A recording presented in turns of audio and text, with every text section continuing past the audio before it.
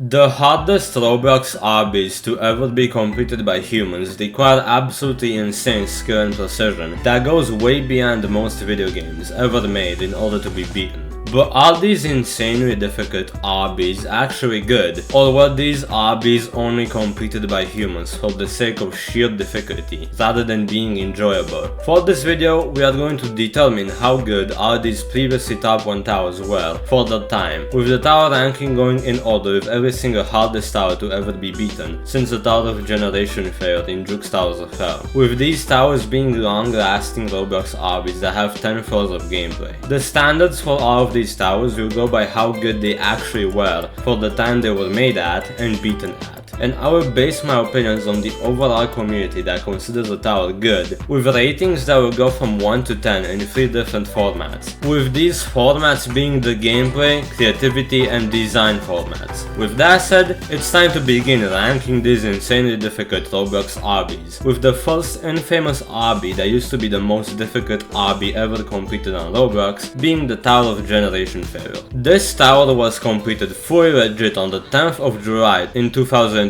with this tower starting an entirely new difficulty era in the obby community, with this difficulty being the catastrophic difficulty, which back then was the hardest difficulty to be humanly possible. But whether or not this tower is actually good is a very controversial topic, as many people enjoy it, while others treat this tower as if it was rotten coconuts filled with maggots. However, as usual with these obbies, the more unlucky you get, the less enjoyable the obby will be, so therefore it is impossible to have an 100% accurate rating, as it will be for all the obbies in this video. But enough yapping, let's get into the gameplay of this tower. The average winning run on this tower lasts about 60 minutes, so that already starts off with an hour worth of gameplay. Most of the gameplay is based on simple and enjoyable jumps, with the exception of a few jumps that give this tower the catastrophic difficulty. What the hell are these jumps though?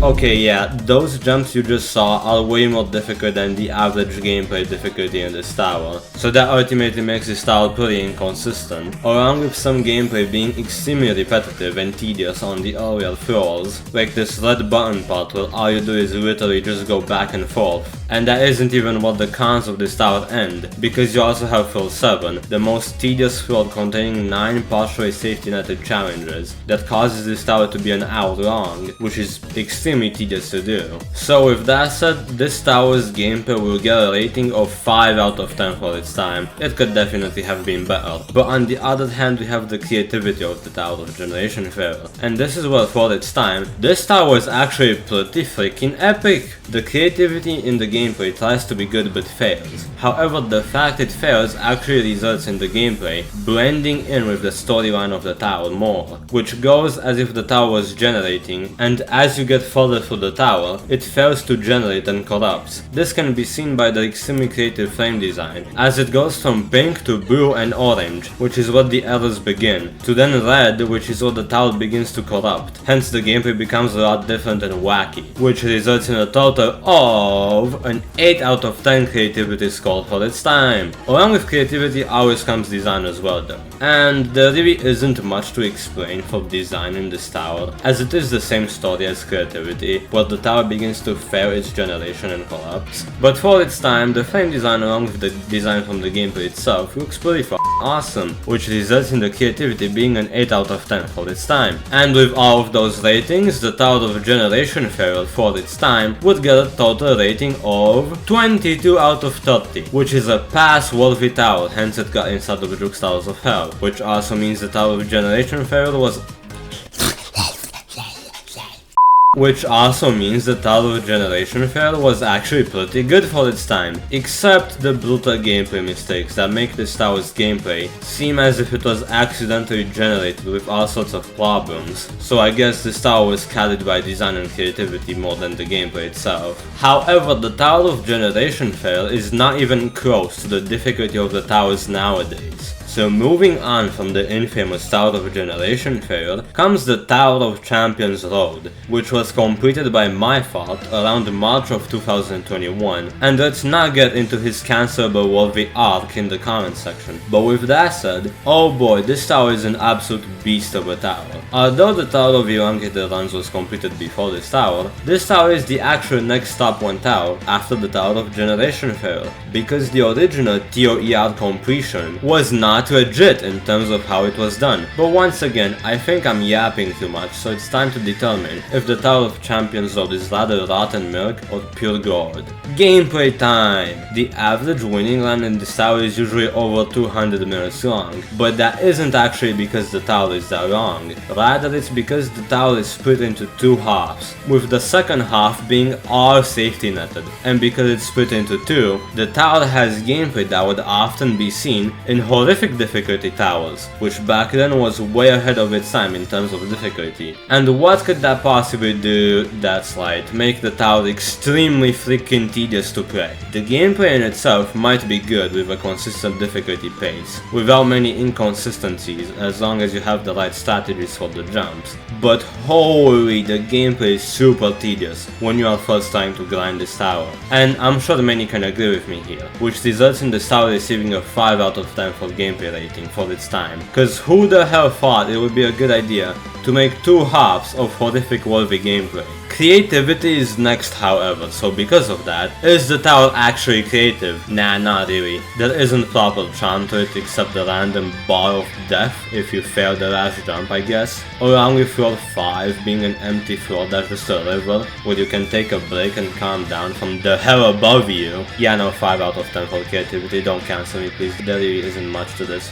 Design! I'll give it to this tower, the design is actually pretty good rather than the moody creativity it has. And the music choices do go well with the design of the tower, along with the color change going from a charming blue to a dark purple reddish, and then to a bright yellow final floor. So that would have to slap this tower with an 8.5 out of 10 design ranking, which brings this tower's total rating for its time to a total of 18.5 out of 30. Yeah, I honestly don't know how this got inside of Juke's Towers of Hell. Anyways, don't cancel me please, obby gods. The next hardest obby to ever be completed is probably more historical than my existence, considering it's the Tower of Elongated Runs. The Tower of Elongated Runs was officially the new hardest Roblox tower to ever be completed fully legit by Exovirus around August of 2021, and this abomination of a tower took Exovirus around 500 hours over the span of 3 months to complete. But it's not tower storytelling time, it's time to determine if the Tower of Elongated Runs is actually a good tower, or if it's moldy and disgusting. Alright, first of all we got the gameplay, let's see. The tower is like an hour long unless you loop fail, which could make it last even longer. So already starting off with yet another long tower. But is all this length worth it or burn it? Well, the gameplay is extremely tedious on the first 3 floors, cause it feels like they are longer than it would take you to reach the moon, especially with floor 3 having a disgustingly bad outside section, along with a soft rock, which stands for an unescapable death pit, which already brings the tower's gameplay score down. But once you get to floor 4 of the tower, the quality does indeed improve a bit, and stands out with how nervous you begin to get on the later floors, while also remaining pretty consistent in difficulty as long as you run the right strategies for the more difficult jumps. The gameplay is quite repetitive though, but honestly that's not a bad thing, but rather part of how the tower plays out, especially with the instant kill breaks later on in the tower, because we also have to keep in mind this was made before the Tower of Generation failure.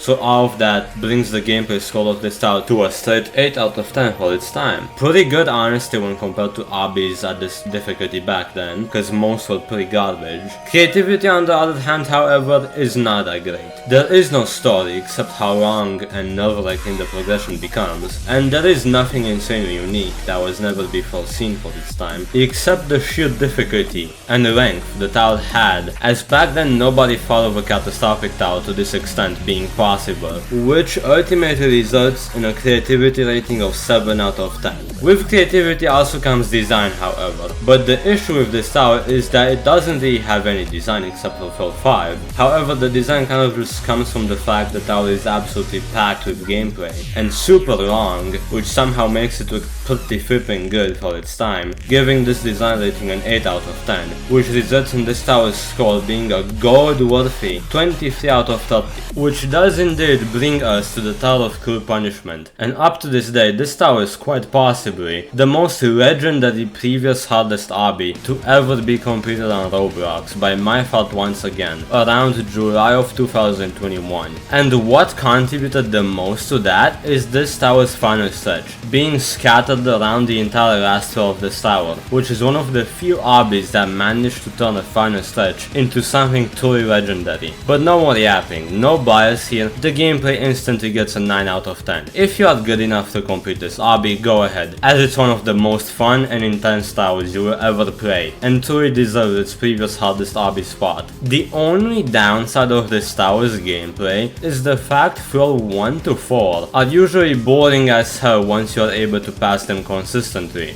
but with the gameplay being a 9 out of 10, also comes the creativity rating. Let's see, this tower uses client objects properly, unlike other towers. It also does a good job with the gameplay variation, and has no repetitive jumps or filler jumps really. However, it's nothing too crazy or unique, in terms of never before seen gameplay at that time, but because it was created with proper experience and care, this will also be a 9 out of 10 for creativity. But with creativity out of the way comes design, and the design in this tower will have to be a 9 out of 10. The structuring with Kubrick design never goes wrong, what can I say, man? Along with that insane floor 10 design that really does look menacing with that final stretch, which will have to bring this tower's total rating to a whopping 27 out of 30. We have officially stumbled upon pure gold, but does this mean all of the next hardest towers will be the same? Is an entirely different and false story. Tower of Vacant Hindrances, now considered easier than the Tower of Cruel Punishment, but back when this tower was beaten by Boom Sazok around July of 2021, it literally caused mass hysteria, as everybody thought this tower would be a new hardest obby, due to how precise the jumps were deemed to be back then, along with the fact people had yet to learn the perfect strategies to do this tower consistently. But the Tower of Vacant Hindrances being a good tower is an entirely different story. The only way this tower would be good is if you've already beaten it a few times, because you would be consistent enough to find the tower fun. But why is this tower so disgusting? Alright, you asked for it. Gameplay, this tower is extremely short, with almost every fail ending your entire run. And even though the tower is short, every fail makes you want to quit our obbies. It's also extremely unbearable and tedious to grind this for somebody who is trying this as a new hardest tower, with how inconsistent of a mess this tower is, as the first few floors are the easiest floors, while the last and most nerve-wracking floors are the hardest floors. But this mess of a tower gets lucky with one thing: it was made 4 years ago, so therefore the gameplay will be a 7 out of 10 despite how bad it is, as it was extremely complex for its time, and never before seen gameplay of this difficulty. With that said, however, we have the creativity of this tower. Yeah, there is literally nothing creative in this tower except the already mentioned gameplay creativity, 3 out of 10. Design on the other hand, 2 out of 10. There is no design except a little neon scattered around, and the gameplay structuring adding a little design to the tower, which brings this tower's total score to a whopping 12 out of 30. Yeah, that's absolutely horrendous, ew. Which brings us to the Tower of Watermelon, verified by Tin Enderman on September of 2022, as an official new hardest Roblox obby to ever be completed. Gameplay quality, honestly, there is a lot to unpack here for this tower. Floor 1 starts off as one of the most annoying floors of the tower, even when you become consistent, because it always throws random fares at you. However, once you pass floor 1, most of 2 to 5 happen to be partially safety netted, which actually helps the tower and makes learning the tower pretty fun, because this gives you many more attempts at said floors until you become consistent at them, followed by the next few floors which are much more unsafe. But most fails here will still be due to human error rather than some garbage luck based fail, until floor 9, 9, which is the first infamous floor for resulting in the loss of most favors past 7. This floor is very inconsistent compared to the previous floors sadly, but does get consistent with the right strategies, along with floor 10 teleporting you to 6 if you fail once, and floor 10 is undoubtedly the second hardest floor, if not the hardest floor of the entire tower. And all of this might not sound the best out there, but this was literally made 4 years ago. Compare that to something like the Tower of Vacant Hindrances, and you got yourself a 9 out of 10 gameplay quality tower. But can the creativity keep up with the pure gold rating as well? I mean, the frame represents watermelons, that's cool, am I right? Along with the cool spinners, and okay, yeah, the creativity couldn't keep up with time. But back then, for its time, this was like an 8 out of 10 in terms of creativity. Good job No 7 being the peak obby builder back then. Design on the other hand is also pretty good for how old and saggy this tower should be by now, and does indeed do a good job at surviving in time. It is nowhere near the best design out there, but it does keep up with time. 8 out of 10,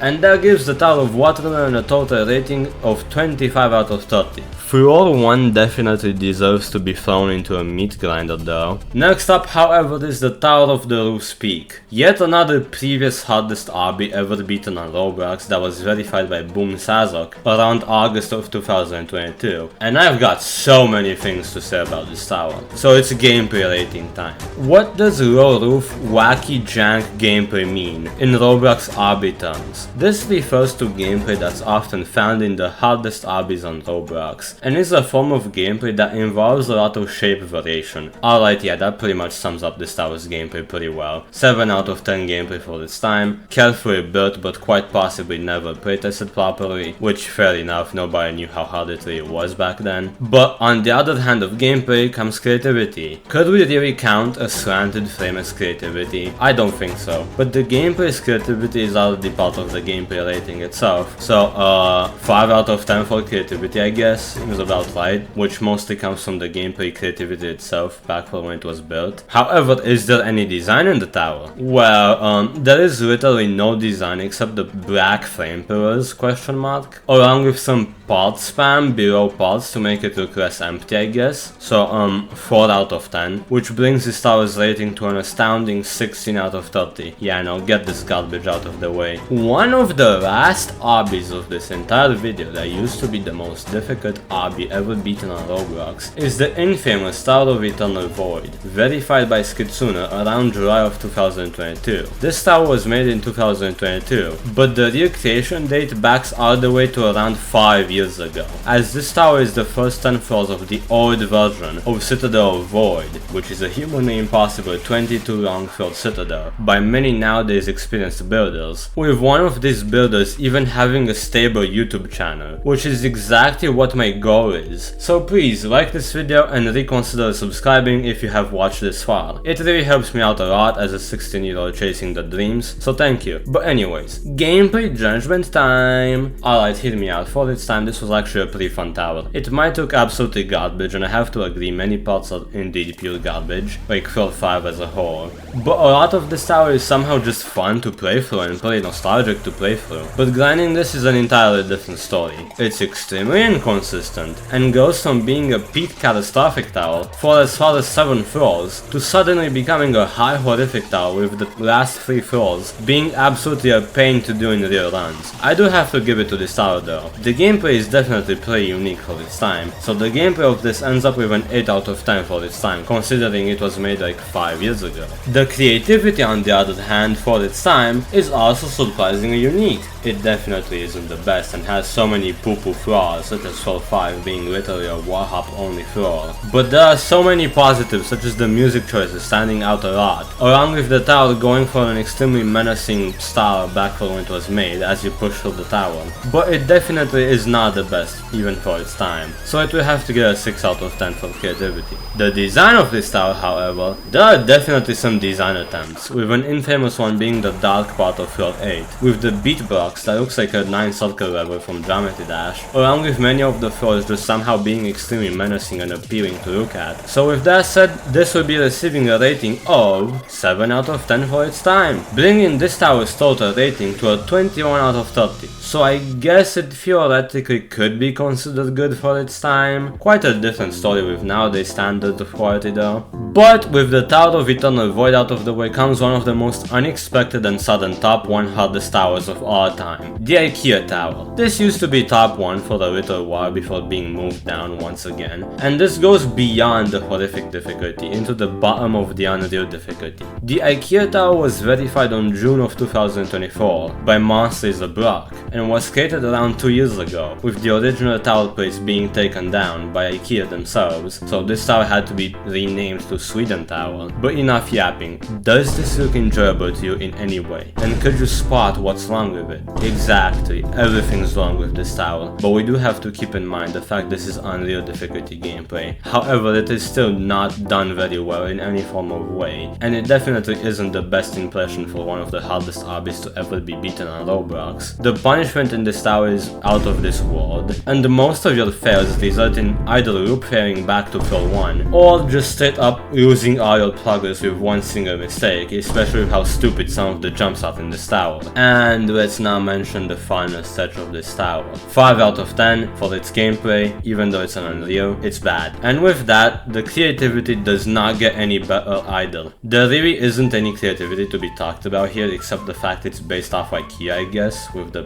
tower cars obviously representing Ikea, and some gameplay creativity every now and then, with more unique unreal difficulty jumps. Still doesn't push it up to a good rating though, 4 out of 10 for creativity, which definitely is nowhere near gold. Design, however, yeah, what am I saying? There is literally no design. What are we doing here? 1 out of 10. The total rating of this tower is a 10 out of 30. Absolutely failed, no further saying needed, let's move on. We have the Citadel of Infinite Void, which stands as the current hardest tower to ever be beaten on Roblox, even though it's a citadel rather than a tower. This citadel was verified by Skitsuna around October of 2023 as the hardest obby to ever be completed on Roblox once again, with this citadel being the second half of Citadel of Void, revamped and nerfed to be bottom of unreal difficulty. And wowie, this citadel is actually a shining pile of expensive caviar, honestly. But with that said, gameplay time. The gameplay is mostly consistent and usually not very difficult at all, as what makes the Citadel an unreal difficulty citadel is the sheer length it has, with the entire citadel taking an hour or 2 on average. The citadel is mostly consistent, and the parts that aren't as consistent, such as floor 11 and 12, are actually part of the citadel's progression, as this was a massive collab and each floor is supposed to have its own different difficulty, which might sound like a stupid idea, but everything was done and built super well in the Citadel in terms of consistency, and the last floors are what makes the Citadel the most mind-boggling and nerve-wracking grind for whoever dares to challenge themselves with this, along with the fact the Citadel will improve your consistency skills to their fullest extent, which ultimately brings the Citadel's gameplay rating to a 9 out of 10. However, is the creativity good as well? Yes! This citadel uses an insane amount of unique, never before seen jumps, especially for its creation date. The progression is also extremely creative, as it goes from less exciting floors to the amazing dropper with Teal Fog and this extremely fitting song. I mean, just look at this.